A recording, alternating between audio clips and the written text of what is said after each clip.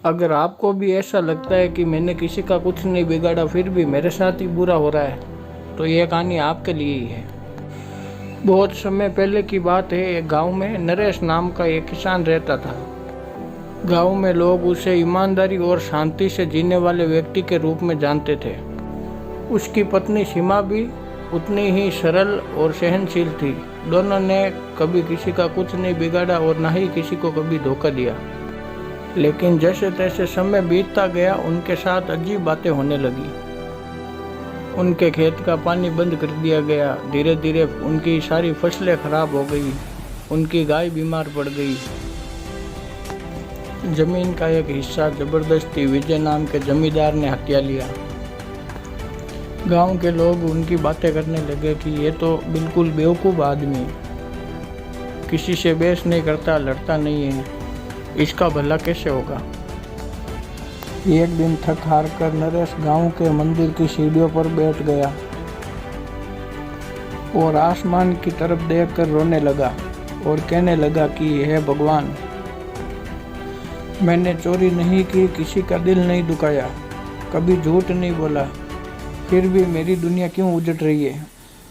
तभी मंदिर के पास बैठे एक बूढ़े बाबा ने कहा, बेटा क्या तू जानता है कांच और पत्थर में क्या फर्क होता है। नरेश बोला, नहीं बाबा।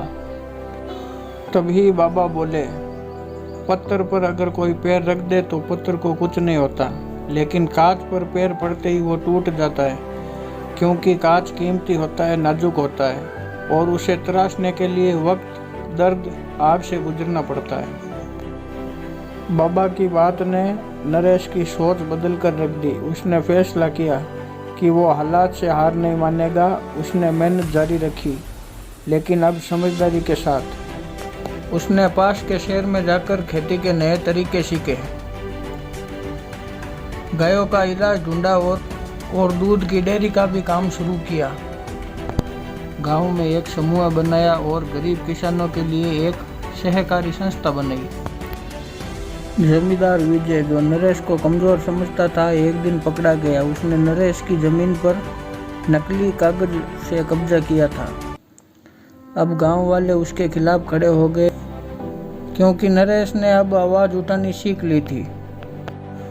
कुछ साल बाद वही मंदिर की सीढ़ियाँ, अब नरेश वहाँ बैठकर बच्चों को ईमानदारी और संघर्ष की शिक्षा देता है। हमें बुराई का जवाब बुराई से नहीं देना होता है, बस अपने अंदर की सच्चाई को जिंदा रखना होता है।